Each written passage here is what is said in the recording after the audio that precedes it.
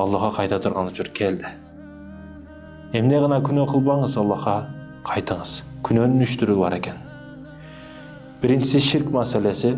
Билесиздер, аны угуп эле жүрөсүздөр, өзүңүздөр менден жакшы билесиздер. Ширк кылып, ширктин үстүндө өлүп кете турган болсо, ширк маселесинде өлүп кетиш бул өтө коркунучтуу маселе. Мындан Аллах өзү сактасын. Бул ширк маселеси экен. Биринчиси күнөө, эң чоң күнөө. Ал эми экинчи күнөө, урматтуу мекендешим, Аллахтын өзүнө коюлган, кааласа кечирет, кааласа кечирбейт. Бул маселеси бар экен. Ооба, биз кээде күнөөлөрдү кылабыз. Мусулман болуп туруп, мусулман болуп өлөбүз, бирок бур жактагы күнөөлөрүбүз дагы бар эле да. Ошого жараша балким тозокто күйүп калыш маселеси дагы бар. Ал Аллахтан. Бирок эң өкүнүчтүү маселе бүгүн Аллахтын рахматын үмүт кылып, Аллах кечиримдүү го деп, Аллахтын газабын, ачуусун унутуп койгондор жок эмес. Эң чоң алданыш Кудай кечирет да деп күнөө кылып жүрө бериш да, өзүн өзү алдап жүрө бериш ушул. Өзүңдү өзүң алдаба, өзүңдү өзүң алдаба.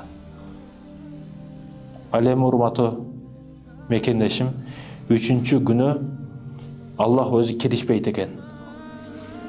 Өз алдына коюла турган күнөө маселелери бар экен. Бул эмне? Бул урматтуу мекендешим, фаланчыдан карыз алып койгонсуз, фаланчыга карыз берип койгонсуз, Алласа бересе маселеси, бирөөнү кыйбат кылып койгонсуз, бирөөнү сөгүп койгонсуз, уруп койгонсуз, айтор ушул маселелерде Аллах өзү киришпейт экен.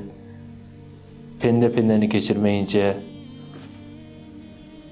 өз ара адал кылмайынча аксын, бул маселе оор маселе экен.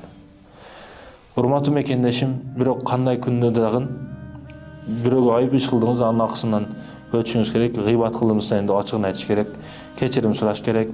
Эгер акчасына кырсык эткен акчасын бериш керек. Акысына кирген болсоңуз адал кыл деп кечирим сураш керек. Үмүтсүздүккө айтор түшпөш керек. Колдон келген аракет кылып тобаны кылыш керек. 100 жолу ката кетирдиңиз, 100 жолу тоба кылыңыз. Дегеле ушул көйгөй маселелер үстүндө жүрүп, бакыт деген нээлигин билбей калабыз киши. Бакыт өзү эмне, урматтуу мекендешим? Албетте, бактылуулук динибизде, муну толук түрдө сиздер билесиздер. Бир окуя хикая бар, ушул хикая менен аяктагым келет ушул маселени. Бир 30-чу жигит бар экен да. Эми жаңы үй бүлө курган, бир кызы бар. Ушин күн сайын өзүнүн терилигин кылып, отунун терип, баккан тергенин ушу шактарга байлап койгон экен. Рызкысын Кудай Таала ошолорду терип келип, сатып күн көрөт экен. Бул жигит дагы ошентип жүргөн күндөрдүн биринде тажап, жашоодон чарчап, Кудай мени ушуну эмнеге жараттың, отунчу кылып койдуң, башка деген сөздөрүн айтымын алып, Кудайга алып, өзүнүн жаман көрүп, өзү жек көрүп, акыры ким бактылуу өзү бул жашоодо? Дегеле ким бакытка татыктуу? Ким бактылуу экен деп жолго чыгат экен. Сапар тартып барып, өзүнчө бир жоокерлери менен, вазирлери менен өзгөчө бир шөкөттүү келе жаткан падышаны көрөт экен. Барып кайрылып, суроо берүүгө уруксат сурап, падышага суроо берет экен. Сиз бактылуусузбу? Падыша айтат экен, эгерде атадан мурас болуп калбаганда бул падышачылыкты сага өткөзүп бермекмин, бул аманат нерсе. Эгерде канчалык акыйдаң бекем болуп, динчил болуп, Кудайдан корккон адам болсоң, ошончолук бул жерде турушуң кыйын. Ошончолук элдин акысын ойлойсуң, ошончолук бул жерде аманат нерселер бар экендигин сезесиң, билесиң, акыреттеги жоопкерчиликти ойлоп, ошончолук тынбайсың дейт бул жерде. А канчалык адалды билбеген, арам ойлуу падыша боло турган болсоң, бул жерде дагы сен уткурасың дейт. Сен ошол арам нерсени көбөйтөмүн деп, ошол арам нерсенин артынан чуркап жүрүп, арам нерсе үчүн аракет кылып, акыретиң да күйдү, бул дүйнөң дагы күйдү.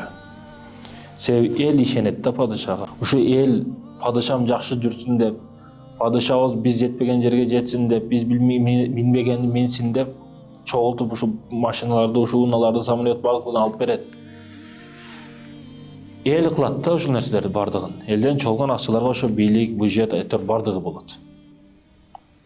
Эмнеге ушу элдин көйгөй маселесин чечсин, эл жакшы жашоодо жашасын, эл бардык көйгөй маселеден чыксын, эл кыйналбасын деген максатта эл үчүн иштей турган биз падышаларбыз, президенттербиз. Эгерде биз аманатты кыянат кыла турган болсок, биз жей турган болсок, анда бул дүйнөм дагы, акыретим дагы күйөт. Мен андайлардан эмесмин. Ошондуктан менде бир убакыт дагы жок, тынымсызмын. Bir вакыттын бысын дагы биле элекмин дейт. Бул жолундулап жигит падышадан жоопту алгандан кийин көлдүн жээгинде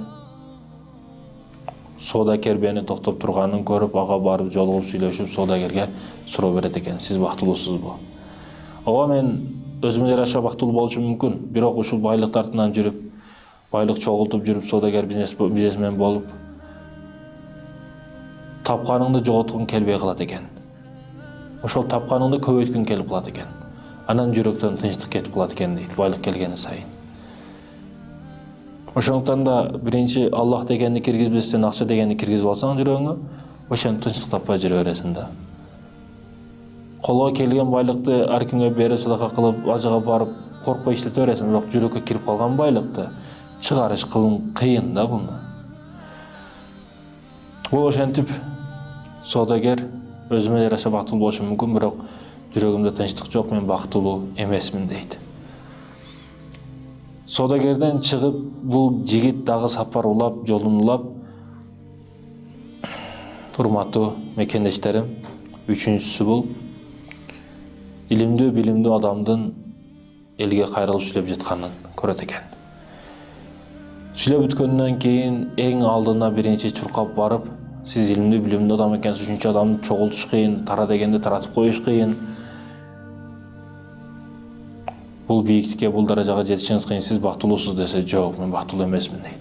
Неге бактылуу эмессиз десе, ошо элге айткандын бирин дагы өзүм кылбагандан кийин кантип бактылуу болоюн дейт экен да. Ошондуктан да илим башка, ыйман деген башка. Илимди алып кое беребиз, бирок ошол нерселерге амал кылуу маселесинде ыйман бизге жардамга келет. Ыйман болбосо, илимдин кантип пайдасы болсун? Ошондой экен, урматтуу мекендештерим, байлык маселесинде дагы, бийлик маселесинде дагы ойлонду, карады бул жигит, үйүнө келди, кайра кайтып келди. Үй бүлөсүндө кеч баягыдакай шорбо сыяктуу тамактарды жеп, кызын уктатты жана куфтан намазын окуп, алаканын жайып, алхамдулилля деди. Эң бактылуу адам мен өзүм экенмин деп дуа кылды. Аллахка наалышты таштады, урматтуу мекендештерим. Assalamu alaikum, ne soğukta olası.